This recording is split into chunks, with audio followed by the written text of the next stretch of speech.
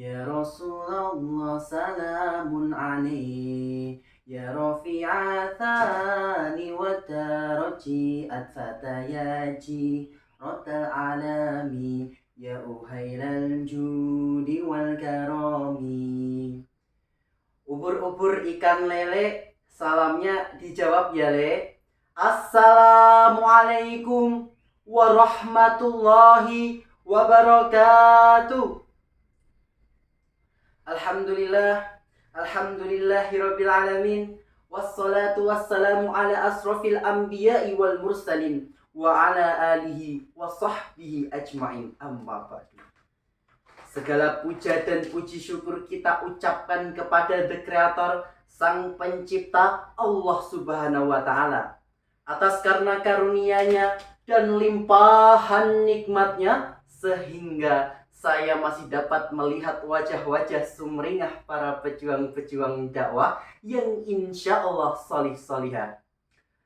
Tak lupa untaian kata penuh rasa cinta kita sanjungkan kepada junjungan kita baginda Nabiullah Muhammad sallallahu alaihi wasallam, yang telah mengajak kita berpetualang dari zaman jahiliyah menuju zaman Islamiyah, dari zaman onta menuju zaman Tesla, dari zaman korma menuju zaman coklat Dubai Kunafa.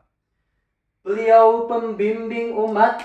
Sekarang persaingan semakin ketat, harga sembako semakin meningkat, di sana sini banyak orang maksiat. Ini pertanda kiamat sudah dekat. Dan semoga kita semua selamat dunia akhirat. Allahumma amin.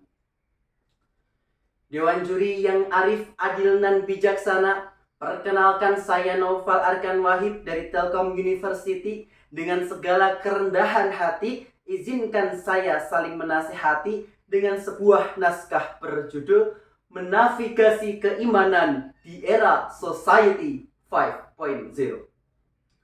Sobat Da'i, navigasi keimanan sangatlah dibutuhkan dalam menjaga kualitas keimanan seorang mukmin di tengah gempuran derasnya arus globalisasi di era Society 5.0.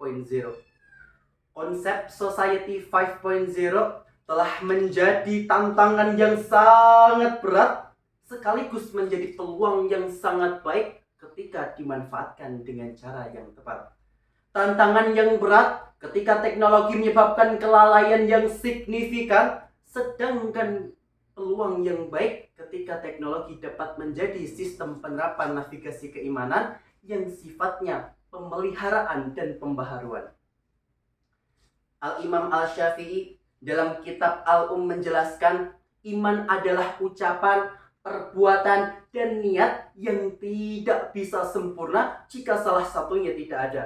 Bukan sekedar mengucapkan dengan lisan, bukan sekedar melakukan dengan perbuatan, dan bukan sekedar meyakini dalam hati. Namun ketiga aspek tersebut harus terpenuhi.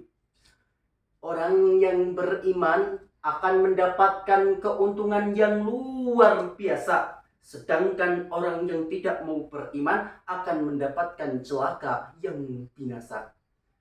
Sebagaimana Allah Subhanahu wa Ta'ala berfirman dalam Al-Quran surah Al-Hadid ayat 19, A'udzu billahi minasyaitonir rajim. Walladzina amanu billahi wa rusulihi ulaika humus siddiqun wasyuhada'u 'inda rabbihim lahum ajruhum wa nuruhum walladzina kafaru wa kadzdzabu biayatina ulaika ashabul jahim. Dan orang-orang yang beriman kepada Allah dan Rasul-Rasulnya, mereka itulah orang-orang yang tulus hati dan saksi-saksi dari Tuhan mereka. Mereka berhak mendapat pahala dan cahaya. Tetapi orang-orang yang kafir dan mendustakan ayat-ayat kami, merekalah penghuni-penghuni neraka jahim. Na'udzubillahi min dzalik. Sobat Da'i, ayat di atas memiliki makna yang serasi sesuai dengan kitab Al-Dur Al-Manhur karya Imam Al-Suyuti. Ibnu Abbas menyatakan, seorang mukmin yang hidup itu ibarat seseorang yang sedang dalam perjalanan lalu tersesat dan dipanggil oleh dua orang. Orang yang pertama, orang yang ia tidak kenali dan orang yang kedua adalah orang yang ia kenali. Maka tatkala dia mengikuti ajakan orang yang tidak ia kenali, maka sudah tentulah dia akan terjatuh ke dalam lubang kehancuran. Sebaliknya, jika dia mengikuti ajakan kawannya yang muslim, berakidah lurus, berbudi pekerti tulus, niscaya naungan hidayah Allah akan senantiasa bersamanya. Sobat Dai, memanfaatkan teknologi di era globalisasi sangatlah direkomendasikan. Banyak hal yang bisa kita lakukan, mulai dari menyajikan video-video dakwah kontemporer dan kreatif, hingga membangun komunitas iman di dunia digital untuk menciptakan ukhuwah yang tak terbatas. Selanjutnya, kesadaran diri juga diperlukan dalam meningkatkan sistem navigasi, yaitu melalui kita para generasi dai-daiyah dengan menerapkan 3M. M yang pertama, mendengarkan dan membaca ayat Al-Quran dan hadis. M yang kedua, melihat kebesaran langit dan bumi. Dan M yang ketiga, melaksanakan amal soleh secara teratur.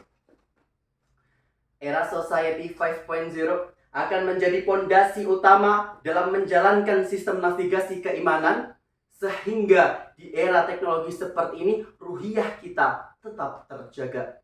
Sobat Dai, sebagai penutup, era Society 5.0 sangatlah penting untuk memanfaatkan teknologi. Navigasi memiliki arti penunjuk arah, sehingga dalam konteks keimanan, navigasi sangat diperlukan untuk menjaga kualitas keimanan ke arah yang lebih baik. Marilah kita sebagai generasi dai-daiyah mewujudkan proses navigasi keimanan yang terbaik di era serba digital. Ketupat dudoh santen menawi lepat kula nyuwun agunging pangapunten. Akhir kata, kalau ada piring yang pecah, jangan disimpan di dalam peti. Kalau ada perkataan saya yang salah, jangan disimpan di dalam hati. Hidup kesepian tanpa kekasih, cukup sekian dan terima kasih. Nun wal qalami wa ma yasturun, fastabiqul khairat, wabillahi taufiq wal hidayah. Wassalamualaikum warahmatullahi wabarakatuh. Capek.